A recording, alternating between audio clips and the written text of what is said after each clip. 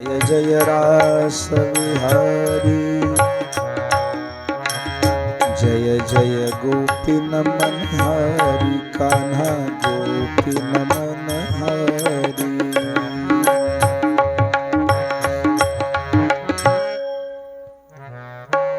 रासलीलेमध्ये गोपिकांना थोडा अहंकार आला.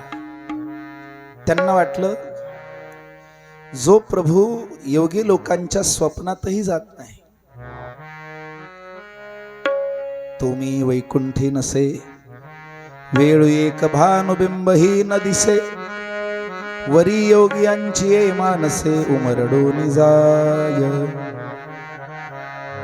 तो आमच्या अंगसंगात आहे. भगवंताला सर्व काही सहन होतं, पण अहंकार सहन होत नाही. तिळमात्र जरी होय अभिमान, मेरू तो पाषाण तुल्य देवा. भगवंत अंतर्धान झाले.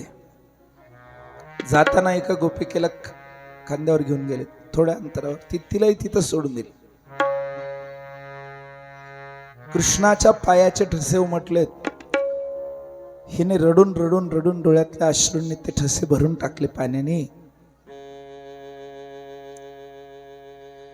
पाठीमागून हे सर्व गोपिका तिच्या जवळ आल्या. तिला विचारलं, अगं तू तर भाग्यवान होतीस, तुला नेलं होतं उचलून सोबत खांद्यावर.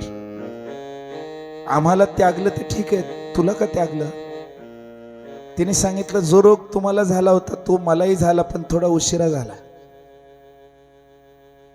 तुम्हाला अहंकार आला होता, आम्ही किती भाग्यवान आहेत. मला तेव्हा आला नव्हता म्हणून मला खांद्यावर घेऊन निघाले, पण पुढे आल्यावर मलाही अहंकार आला की सगळ्यांना सोडून मला स्वीकारलं, मी किती भाग्यवान आहे. त्या क्षणी मला खाली टाकून दिलं. हे असं आहे. किंचितही अहंकार सहन होत नाही, थोडंही नाही.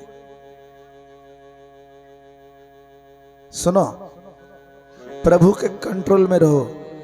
उसे कंट्रोल करने जाओगे तो दूर फेंक दिए जाओगे. मग सगळ्या गोपिका पुढे पर्याय नाही असं नाही आहे.